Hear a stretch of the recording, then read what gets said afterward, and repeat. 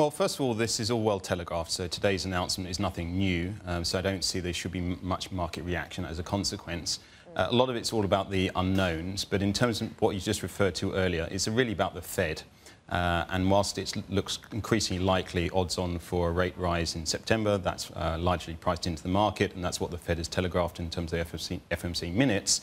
It's what happens thereafter. So in particular next year, if we see the Fed, which we don't think is necessarily taken for granted, continue to raise rates, then that puts pressure on terms of stronger dollar and EM. But if that doesn't materialize, then we should see some relief. So really, I think it's less about trade and more about the Fed and the dollar.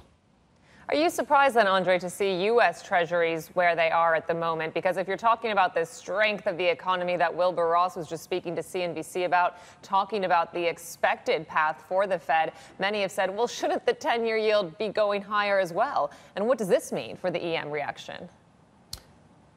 Well, first of all, as a long-term HSBC view, this is no surprise for us. We've been talking about lower for longer for a considerable period of time for 10-year Treasury yields. So we do think it should be actually already capped and edging even lower than currently. Why? Because it's not about the short-term outlook. It's more about into next year and the year after. You already mentioned the word R in terms of recessionary risks.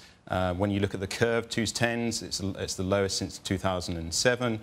All this is a harbinger that we're getting closer and closer to at least neutrality in rates, and that should be reflected in long-term yields, not about the short-term. But for EM, yes, it's the short-term risks that are resonating for now.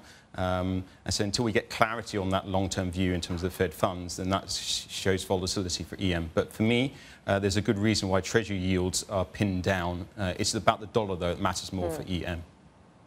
And when we talk about dollar strength and really just liquidity concerns that are out there, Southeast Asian markets remain highly vulnerable. We think of Indonesia in particular. The central bank officials saying the rupiah depreciated again and the central bank is intervening. How are you playing the Southeast Asia markets here? Well, you mentioned Indonesia. That's quite apt because I do think it's a bellwether both regionally and globally. So we did see, along with the Fed tightening and the stronger dollar, outflows in local debt markets on average, not just Indonesia. And that was the tune of around $9 billion from May. That sell in May, go away phrase was very apt. But Indonesia reflected that, about $2 billion in Q2. But since the policy tightening by the central bank in Indonesia, we've seen flows trickle back in. So it's also about the response in terms of individual markets. So whilst Indonesia is reflecting some volatility in the currency, at least they're doing the right thing in terms of being proactive in terms of policy. And then if you look to their neighbour, India is following suit, albeit to a lesser degree.